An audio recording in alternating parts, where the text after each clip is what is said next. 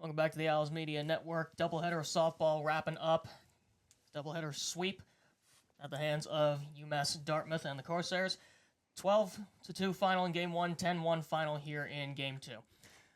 Let me bring you up here into the booth. Graham Sundstrom alongside head coach Hadley Chandler. Coach, obviously not what we wanted to see, but this team has typically responded well to adversity this season. What was different today, and how can you address that heading into tomorrow against Rivier? Just a lot of things didn't go our way today. Tough strike zone. We just made too many mistakes and didn't give ourselves enough opportunities offensively to move runners and stuff like that. So we got beat.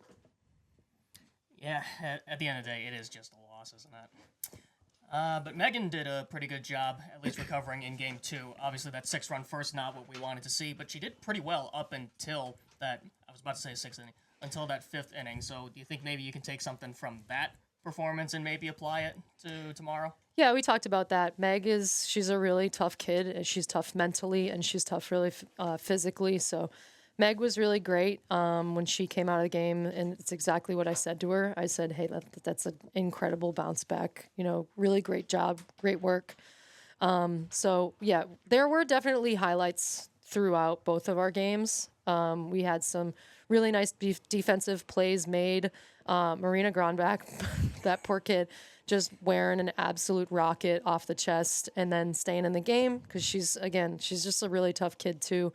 We had two double plays today. Meg threw really well. I think Ashley threw really well in the first game as well.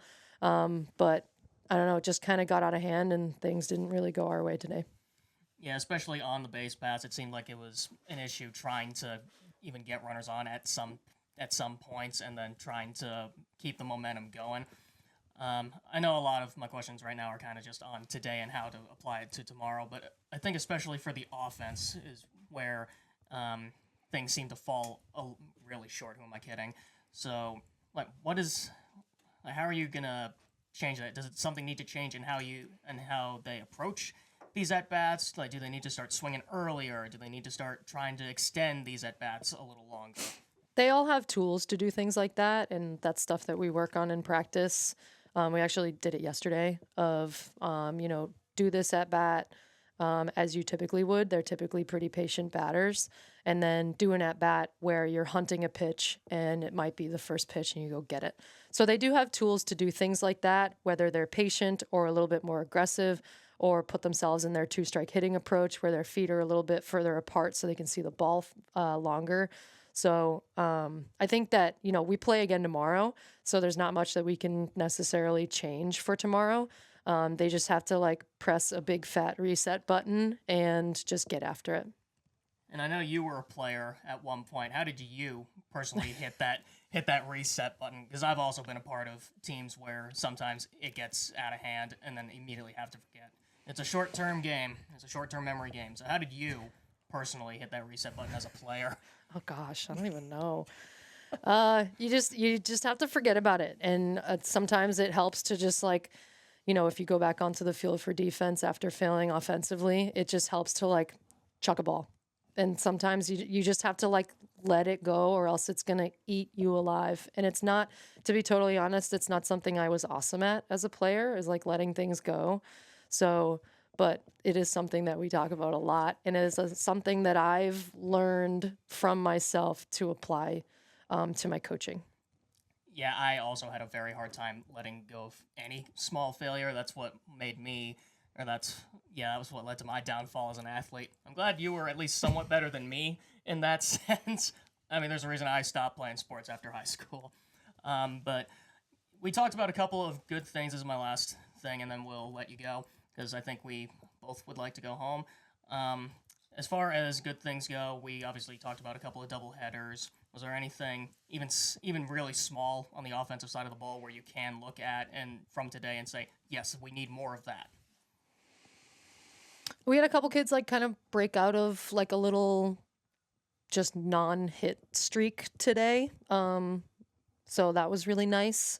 We had a couple kids who kind of struggled for most of their at-bats today and then put the ball in play in the second game. So that was definitely like that felt good. And then going into tomorrow, I'm not worried that today is going to stunt them because at the end of the day, and we talked about this too, they are very good batters. And we got today. All right, well, we're looking forward to it. Obviously, you're not going to be back here until next week when you play Plymouth State. But, Coach, glad to meet you for the first time. And also, good luck tomorrow against Rivier. Thanks.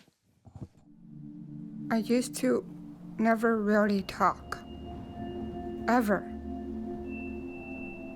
I was afraid if I said something wrong, everyone would laugh at me. But then I started to play golf with Special Olympics. It helped me to find my voice. And now everyone else is speechless. This is Paul Sullivan of Sullivan Tire Company. We're thrilled to be sponsoring the Keene State College Athletic Program, supporting the Owls. No matter what the sport is, in Division III, they are legendary. What a great academic institution, liberal arts school, in a beautiful part of New England.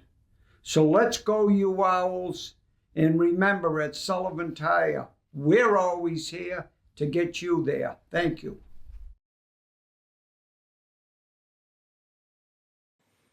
Welcome back to the Owls Media Network. Just wrapped up the Sullivan Tire postgame show with Coach Chandler. Obviously not what we wanted to see today. A 12-2 final in Game 1 and a 10-1 final in Game 2. UMass-Dartmouth moving right along.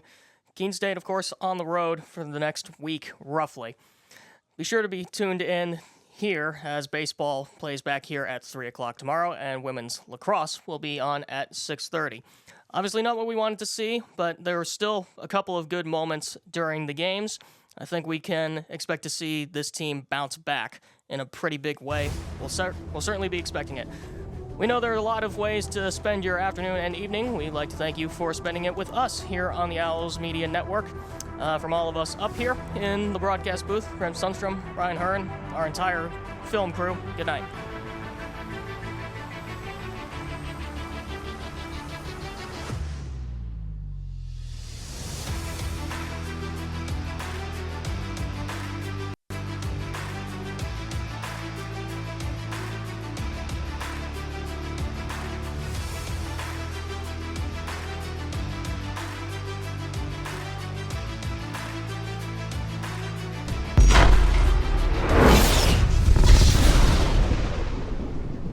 You have been watching a broadcast on the Owls Media Network. Be sure to follow us on social media at Keene State Owls.